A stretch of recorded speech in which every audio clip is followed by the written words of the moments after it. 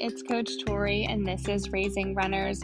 We will be talking about running, mental health, youth sport burnout, specialization in sports, motivation, encouragement, coaching, parenting, sleep, nutrition, really anything that you can think of that we as parents or coaches or just runners can do to help our young athletes.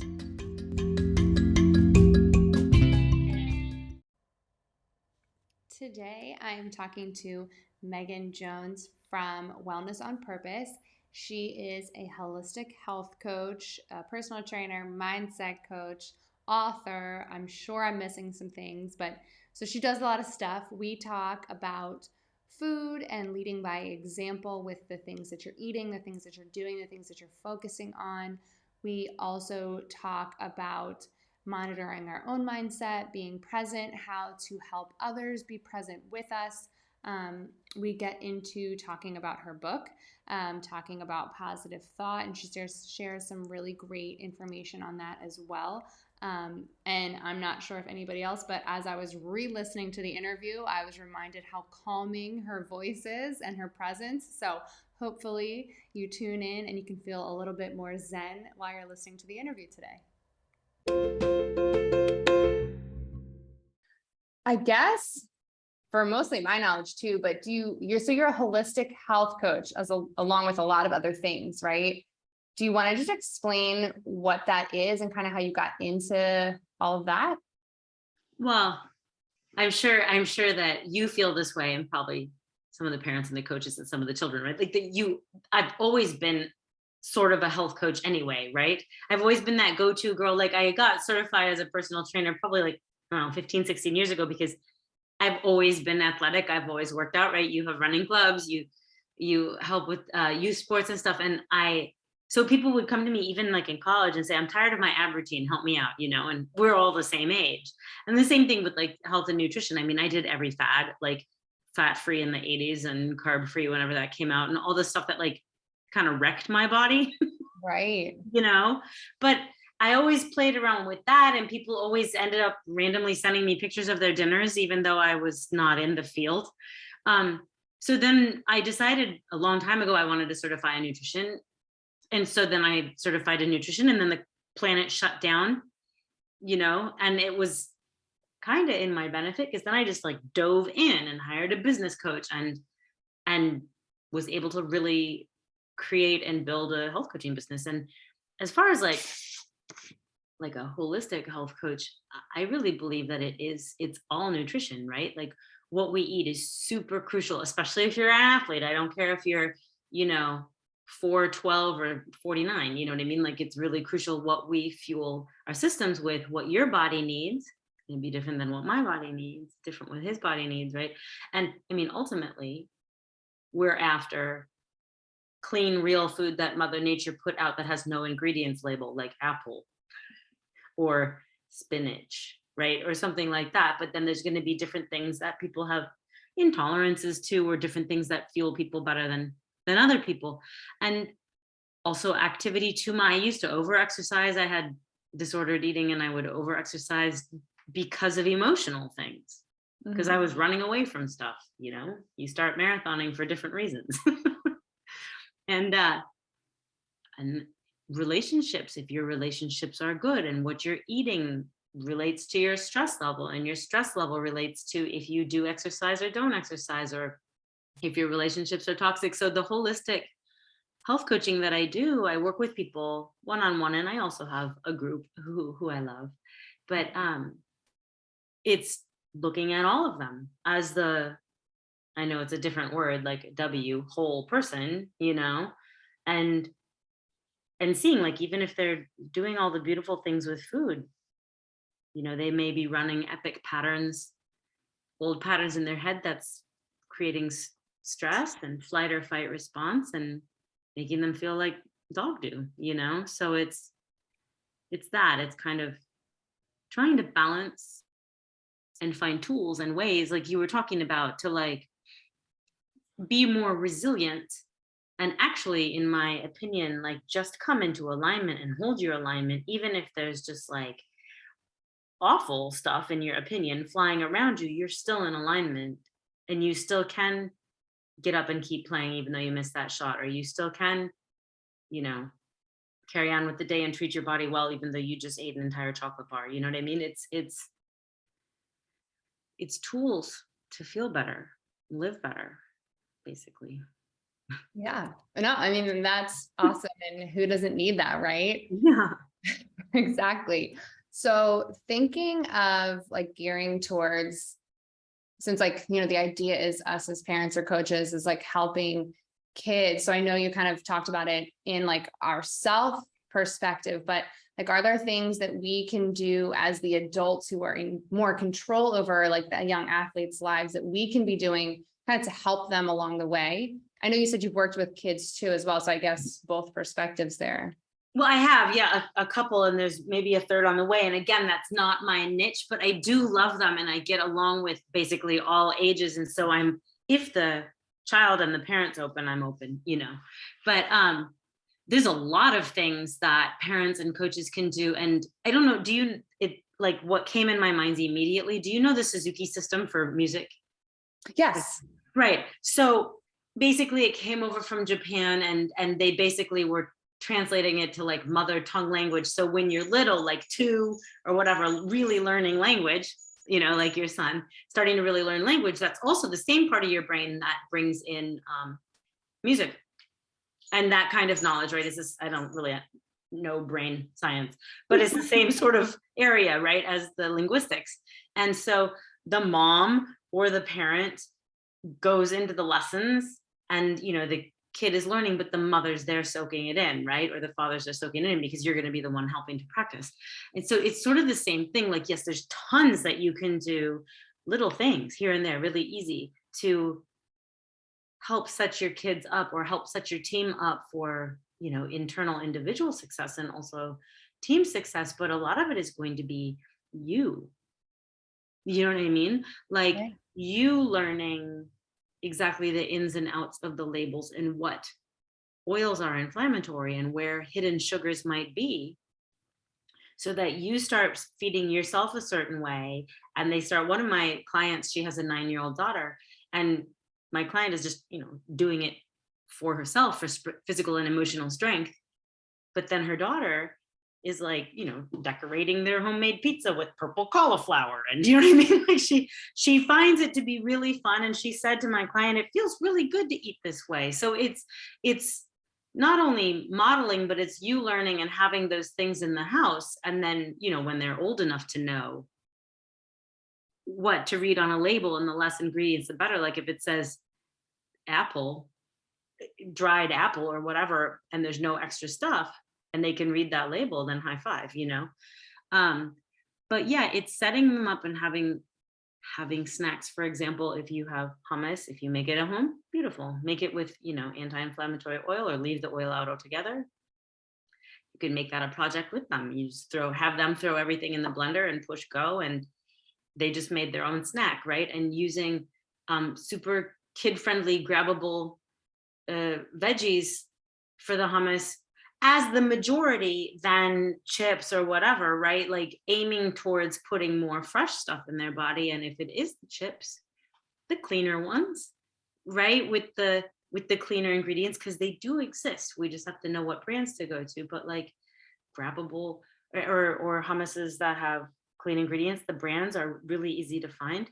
But like snap peas or baby carrots or jicama sticks or mini cucumbers that are so like almost their own finger food, and like those kind of things, knowing what snacks would to have on hand. And then sweets are just fine, but just making sure they're the cleaner ones that are going to support their systems and make the tongues happy, right? Super happy with like a chocolate dessert or a whatever dessert, right? But then also know that it's not going to cause inflammation or toxicity in their blood or make them feed the stress or feed the fatigue, Right.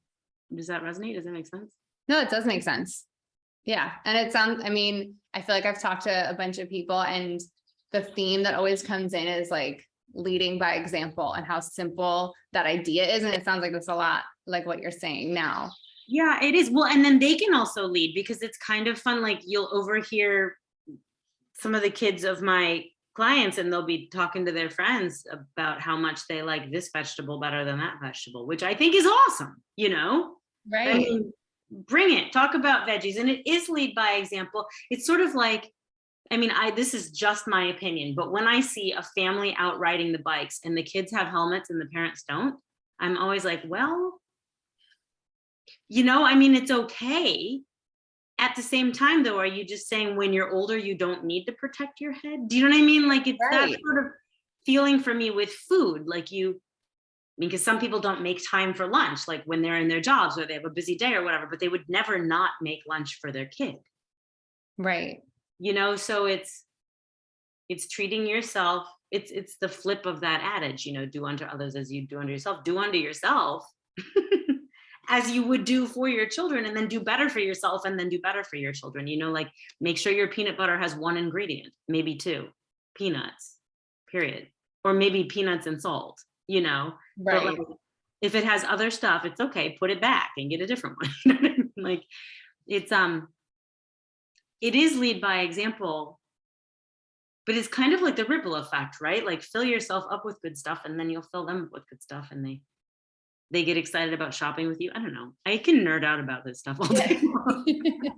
Well, and it sounds like it even makes it easier too, right? If like what I'm eating is the same thing as the whole family, then you don't get stuck in that. I know so many people are like, I made 16 different dinners tonight because this kid wanted this and this and this. And you're just simplifying your life too at that point, right? You are simplifying your life, and it does get tricky because, I mean, I know you can do like your best to have every child be a really balanced eater, but you have some come out like, my goddaughter, she'll like, the older one will, like, when she was little, she'd eat sushi and Thai food and all this stuff. And the little one just wanted butter bread, just butter bread. And they were raised by the same parents in the same way. Children are children, and they have their druthers. But, there are ways for those trickier ones to get the veggies in their bodies, whether you make a tasty pasta sauce and literally put it all in the blender and put a whole bunch of, I don't know, steamed broccoli in there, but it's still like a red sauce, and they make it taste good, and it's in there. You don't get the fiber, but you do get the vegetables, or, there's different ways to put it in, but making 16 dinners sucks. That's Yeah. terrible. Nobody should have to do that. No, exactly. Kind of along with that, but switching a little bit more to mindset, just because I think, I know I try to get into that a little bit with some of the kids in the run club, but it can be challenging, I think sometimes, especially because it was a newer idea for me. But I think I read, it was either in the post where I first met you, or if I was reading something from your book, which I do want to ask you about later too. But just about like, it's not, you help people with living in the present and, really being, I guess, mindful of being present and on those kinds of things. Can you talk a little bit about, I guess, like how some like easy tips to help us as parents or coaches, but then also, because I think kids for the most part do live in the present, and what they get so engaged in what they're doing, they don't start splitting their attention. And I think and the way the world is, it's kind of unavoidable, but I think we sometimes can make them not able to just be present. And I'm like asking a long question here, but so I guess like some things that we can do so we don't necessarily always take them out of that, if that makes sense as a question. Yeah, it does make sense. And a lot of things are coming in, like a lot of different angles, which is awesome. And one of them, like, harkens to something that came up today. I'm going to bookmark that in my mind. But like, one thing that we can do, because like, yeah, kids do tend to live in the present until they don't, right? Until they sort of morph into where we are, right? Right. All over the place, or what ifing, or worrying about like should have, right? So we're in the past or we're in the future, and neither of those actually exist. So it's coming, like, if parents and coaches first want to like pull into the now, okay, that other thing is coming up too. So check, like, if a child or a teammate or somebody is being emotional, or something's coming up for something, and they're not in a good way, like oftentimes we would want to fix them, fix this, right? And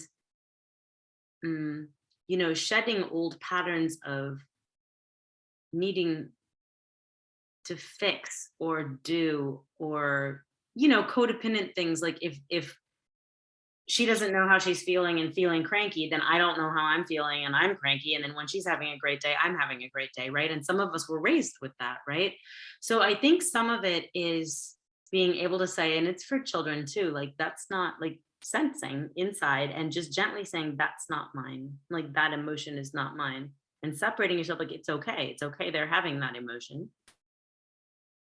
That's theirs. I'm actually okay.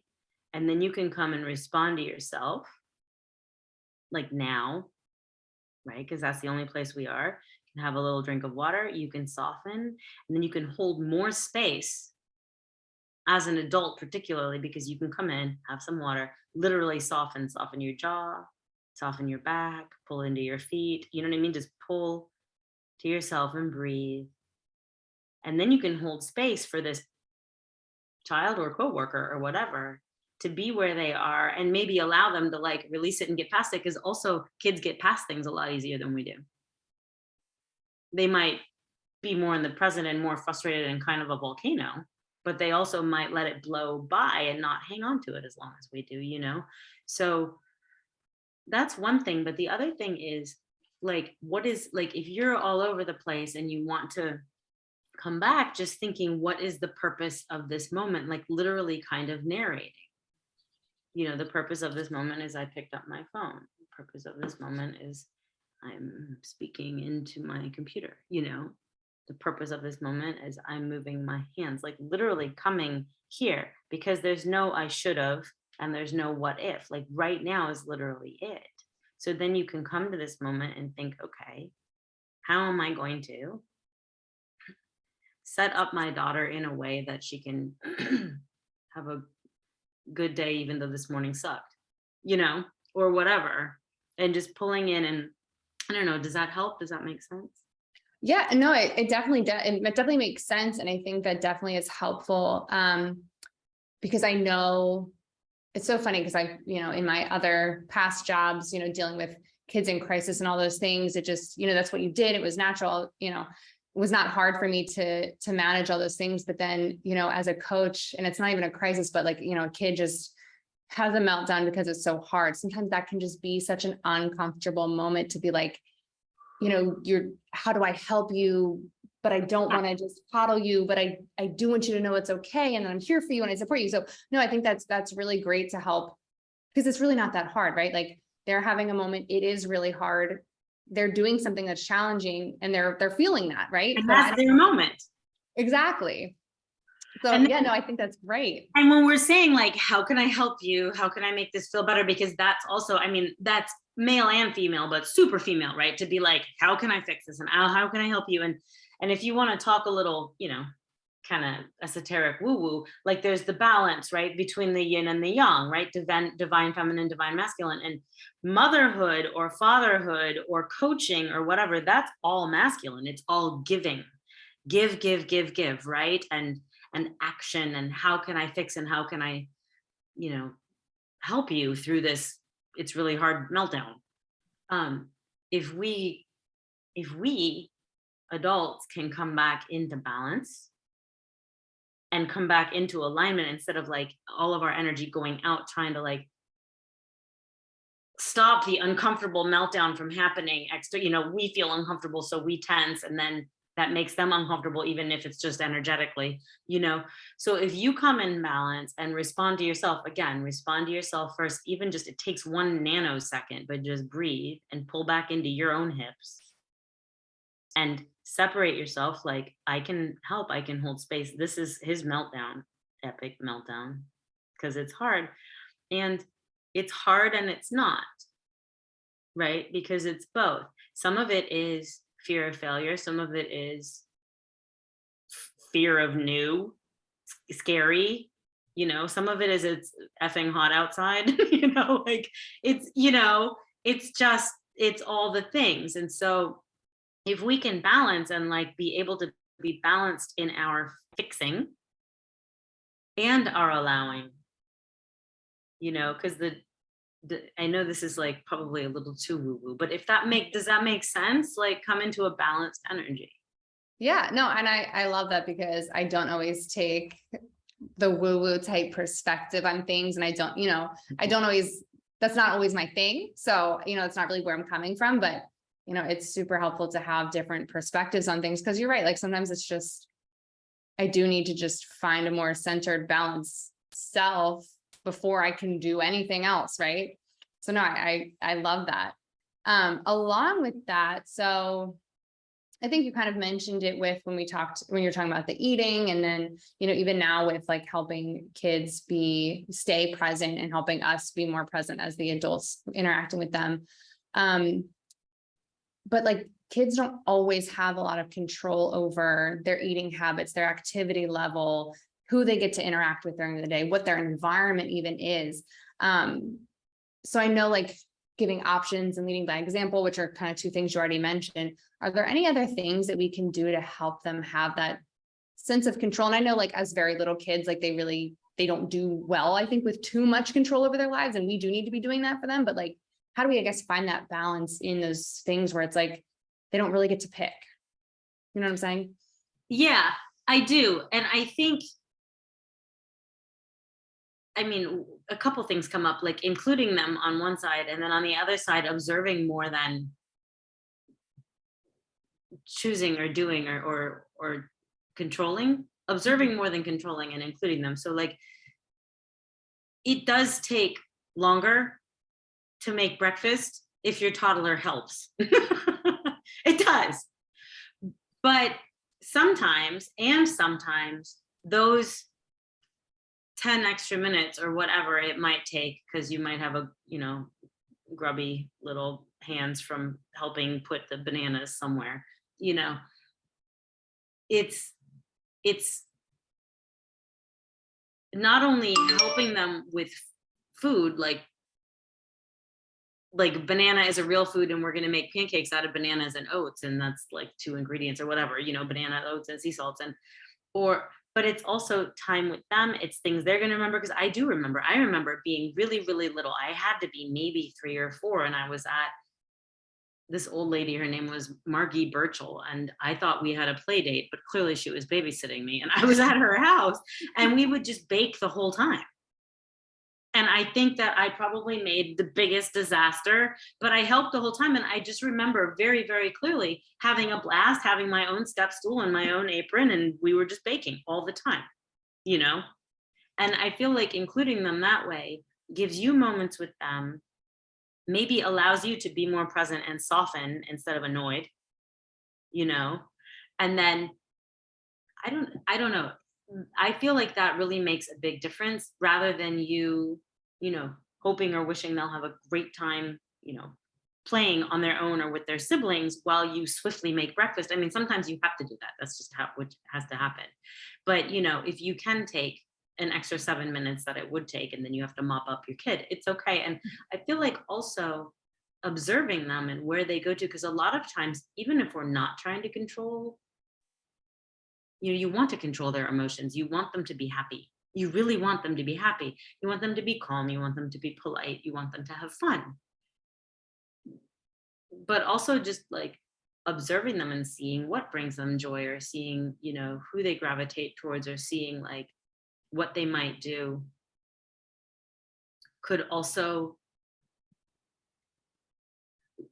lead you into different places that you might put them for extracurricular activities. It might lead you to places of being like, he might have a real talent. I don't know. You know what I mean? But like, I don't know. I feel like those things come up loudly, like just including them as much as you have the time to, in mundane things, even like folding laundry, you know, like they could take an hour to fold a washcloth. That's very helpful.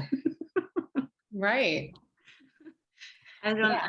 does that, is that helpful? No, it is. And I know that like, as I'm asking, like, I know this is a hard question. So no, I think that was definitely helpful. And, it's so funny, all the simple answers to more complex questions, I guess. Right.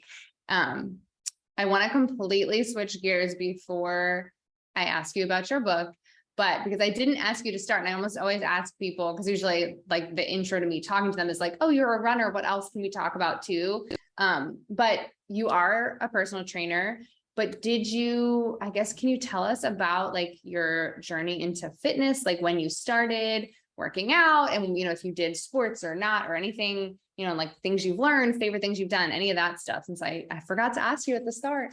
Yeah, no, I'd love to. I mean, again, there are pictures of me like with diapers still on, running around with a frisbee. So I was always that girl, the tomboy with the frisbee or the tomboy with whatever, and I didn't mind if my mom put my hair in whatever, but it would always end up out because I'd be climbing trees and stuff. And so the sports I did, I played, tennis very badly in middle school, but sort of just to keep in shape for skiing. I loved skiing. I grew up in Minnesota, like downhill skiing.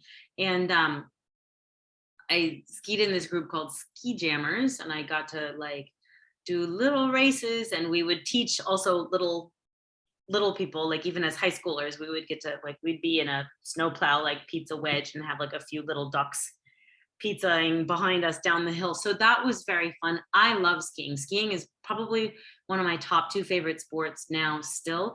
I spend a lot of time in Colorado, and I love mountain biking. Love mountain biking, like so much. I used to run. I was a marathoner. I also did a lot of trail runs when I was out in Colorado. But like, I think as far as athletic goes, like my focus was skiing, and then it was obsessively focused on running for a very long time. I did taekwondo for many years. I have a second-degree black belt, and I taught it for a while. Right now, if you put me in the ring, I'd get my butt handed to me. But, but I did that for a long time. But now I basically just cycle and mountain bike and ski when I can. Wow. Okay. So I've two things are coming to mind. The first, though, it seems like everything you did was mostly an individual sport. Mhm. Is Mhm. that on purpose? Was that just what you really liked? Was that what you were good at? It's interesting because my parents put me in every sport possible. So it sounded like I already named a bunch, but it was like, when we talk about jack of all trades, like when I was little, it was like very, very overzealous parents. So I was like in ice skating and diving and dance and swimming and all the things, right? And Right. they were all individual. And I do enjoy team sports. And if it was like running from home plate to first base, I might do well on the running part, but not the batting part. So I am better at supporting team sports and performing individual sports. No, it's so funny because I feel like that totally articulates how I feel about sports, like not a team sport person, but it's not like I can't be on a team, right? Like I want to support the team. I have some skills that could help, but I also am like really not good at other things. So no, that's so funny that you said that, because I'm like, I can never really articulate why I only do things by myself. Because I'm better at that. Like, why not do things that you're good at, right? Exactly. Okay, so skiing and mountain biking sound like those are your top Oh, things right now. But you're based in Florida, is that right? I feel like that's yeah, not at isn't that all too conducive. bad? It's just too bad. I was like, where are you mountain biking or skiing there? Yeah, well, nowhere. I mean, when I go out to Colorado, which I will be at the end of this month, hallelujah, I'll get to spend some time out there. But when I can move to the mountains, I will. I moved here for a job. You end up in locations sometimes for jobs. I can see the beauty in Florida. It's beautiful. But for me, it's more to visit beautiful. But now I currently live here. So yeah, yeah. As you're saying that, I'm like, maybe I have it wrong where you are, but I thought that's Oh no, I have a road bike and I ride the Legacy Trail often. okay. And it's flat and hot. I was gonna say my dad has a house down there, so I visit often. I'm like, to be able to find a hill, you have to do a bridge. Yeah, there's or a bridge. something. Yeah, there's a bridge here. And sometimes you just do bridge repeats because you're like, Right. wow, this is great. Oh, that's so funny. Yeah. Okay, so no, I love that. And that is nice to have someone who does other sports too, because I feel like, I only ever talk to runners, which obviously you're a runner too. So, you could talk about running all the time, I'm Oh my sure. God, yeah. But yeah, different things are interesting. And the skiing thing's cool. I didn't realize that there was like skiing teams, and you said you did races. Well, my brother literally did GS, which is giant slalom. You see, the Winter Olympics, you see all the different ski races. And obviously Minnesota is not mountainous, but it's snowy. And so there are literally ski hills in the, within the city range where you practice. Obviously for vacations, we would go ski mountains in Colorado or wherever, right? Or overseas. But it's a thing. Very cool. I've skied like twice, but I always am like, that's something I want to do more of. Did you like it? I I think I liked it. Yeah. I was little. It was like as a kid, but I was like, it's so much better than like I think we skied and then we snowboarded one time. And I'm like, I don't really like snowboarding. Yeah, But it's totally different. Snowboarding, is more like surfing and skateboarding. Like it's a very different sport, completely different sport. yeah, not gonna work out. But I don't think I'm ready for Colorado skiing, but I definitely need to find some skiing somewhere. You can find Okay, so you wrote a book and I was reading about it and I realized my notes say, tell me about your book. So I clearly wasn't taking good notes on the book that you wrote because I was reading it and then I'm like, why didn't I write anything down? But can you tell me about your book? Yeah, I can. I'll show you this just because I know this isn't a video, but you can see it. Yeah, okay, so I did see the cover of it when I was looking it up. 30 little thoughts. 30 Love it. little thoughts. And it's on Amazon. It's so funny because I was on a podcast last week and he was like, has it just been a dream to publish a book? And I was like, I didn't even think about publishing a book. No. But now I published one and it's kind of exciting and it's kind of bizarre. So it's called like the number 30, 30 little thoughts. And it's basically, it's sort of conversational, like with me. It's like a little collection of thoughts about topics and ideas. And I just wanted to make people think I think it's definitely accessible to probably middle school and up, just little thoughts to think about to make every day brighter, right? To shift your perspective like really easily with little nano things. Like you said, it's interesting how the most complicated questions can end up with such simple answers. And I really think that simplifying, to be honest, is the answer to a lot of things, right? Because we like to make things really complicated in our brains, and if you just take it down a notch, like my business coach will say, how can I make this easier? That's a great thought. You know what I mean? Right. Because we always make things just crazy, and how can I make this easier is a beautiful thought. I don't care if you're balancing huge accounts or trying to get a 5-year-old out the door. It doesn't matter, right? How can I make this easier? So it's real thin. It's like, I don't know, 130 something pages. You can read it all in one sitting. You could read one thought a day for a month. You could kind of just shut your eyes and open the book wherever you open it, and that might be an applicable thought for that moment. You could, and anytime you like go back and reread it, it's going to look and seem different. Probably like if you enjoy watching different movies, like, I don't know, I like the Disney movie Moana, and when you watch that, you pick out different things, every time you watch it. So I don't know, I feel like it's accessible and it's little, and it's to bring you in the moment. It's little mindfulness things that could really help you in a moment of not feeling great or bolster your awesome feeling. Yeah, and I think I love that you mentioned like how accessible it can be and the ages, because again, that's helpful, like middle school and up, which is awesome. Because I do think there's the internet, so everything's accessible now, but it's nice, at least for me, to think that like, okay, I could have this book. And like you said, either I need a good thought or I'm in a good mood and I just want something else that I can share with people today. So just having like, oh, I can open this page. Wow, look at that. That's something great I can think about today. I can share this with whoever. So no, I think that's really awesome. And one of the things we do with the Run Club kids is talking about the power of positive thought and how we can use that to overcome doubt in all kinds of situations, because we experience doubt all the time when we're trying to grow and get out of our comfort zone. And I even know sometimes when I'm trying to give them examples, I'm like, how come I can't think of like a different positive thought to like combat some kind of doubt? So I love that there's like a collection of all these thoughts too. You could pull it up. And when we're looking, like, I mean, the power of positive thought is huge. And so is also, if I just like go in the back door, so is also the power of saying, so if you're having a negative thought or you're feeling some type of negative way, whether, you're having a meltdown because it's hard because it's the sport or whatever, what's underneath that? Like, what is underneath that? I'm afraid I'm not going to make the goal, or I'm afraid I'm going to not be able to, actually run 15 miles or whatever it is, right? It's usually that. So it's shifting. You can even shift into like little I am statements and be like, okay, you can just state the basics, right? I am brunette. I am 5 feet tall. I am athletic. And then you can say, I am already successful at running. You know what I mean? Like, you can go into what is and start to empower yourself. And you can say, I'm grateful for my feet that run so well. I'm grateful for my legs that are super strong and getting stronger. I'm grateful for my coach who kicks my butt. I'm grateful for, the heat that's going to make me run better when it's cool.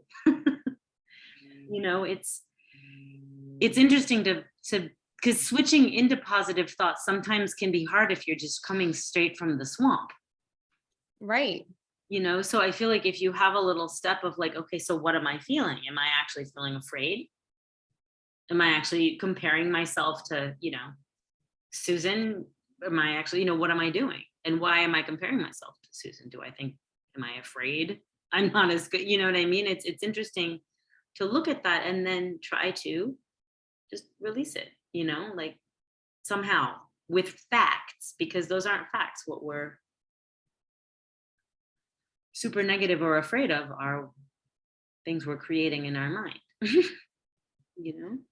Yeah. Wow. And I feel like I've never thought of it in such like easy to explain terms and simple thoughts, because yeah, sometimes I think when I'm talking to the kids about, you have this negative thought, you got to come up with a positive one, and that'll help you overcome. But it's like, even if they're eventually, yes, they can convince themselves that they're constantly repeating the same positive thought, but that can be really hard to, like you're saying, like shift. So like a bypass.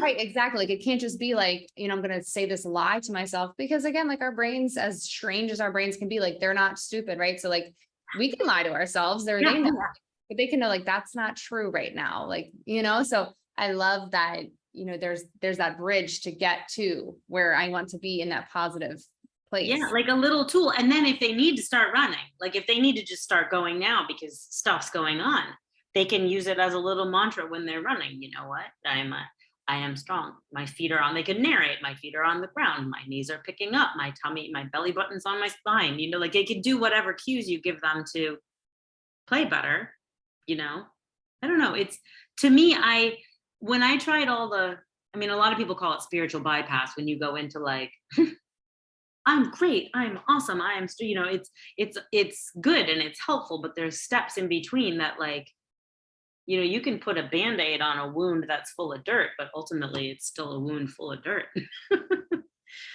So I needed to start getting the dirt out and then put the Band-Aid on. Right. Yeah, no, I love that, because I feel like I've been missing that, because I'm like, even if I know how to do it for myself, I sometimes can't explain to the kids how to get to that point. So no, I think that's awesome. And that is super, super helpful. Hey. I feel like now I want to end with that, because that, like, I'm like, I got to go take this and write this down somewhere. Right. Yeah. No, like that. Seriously. I'm like, oh my gosh, I need to tell all the kids, like we have camp tomorrow. And I'm like, we're talking about positive thoughts. Yeah. But is there anything else you wanted to share really quickly before I let you go? No, I'd be happy to. I'm on wait, first of all, are you on Instagram? I'll find you. Yes. I will send you, because I just made an Instagram for the podcast, but my run club has a my run club has an Instagram too. Instagram. So. Okay, because I'm on there, and what I want to say, because I know, like, I believe your listeners are mainly parents and coaches, right? Mm-hmm. So I'm happy to, if you guys hear me on this podcast speaking together, like, reach out to me on Instagram, and like, I'm happy to send 3 people. The first 3 people who reach out, I'll just send you a copy of my book if you're interested in having it. I'll send you a hard copy. Oh, that would be so cool. Yeah, I will. After we get off this, I can link. I'll put your Instagram in the show notes too, so people can find it that way. Absolutely. That sounds good. Okay, awesome. Well, thank you so much for talking with me. This was so helpful. I'm so happy to be here. This was fun.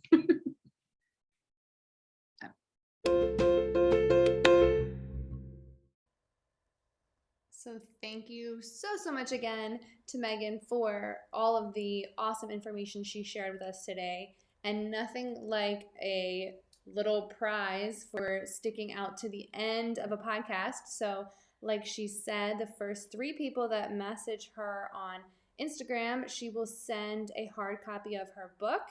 So that's super generous and really awesome. Also, make sure, even if you're listening to this way after it comes out, make sure you still message her, because you never know who actually took the time, because I'm sure some people will think I was too late or whatever. So reach out and see if there is still a book available, but also reach out to her because she does have some really great info that she shares on her Instagram as well. So thank you again. Make sure you check out her book and make sure you message her on Instagram.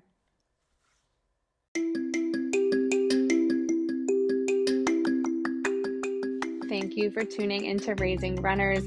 New episodes every Tuesday, and we are always looking to talk to people about running, mental health, or anything along the spectrum that can help our young athletes, or just talking to runners or parents and coaches of our young runners as well. Hopefully you find our resources helpful. If you have questions, comments, or anything else, feel free to email me at marikeyrunclub@gmail.com.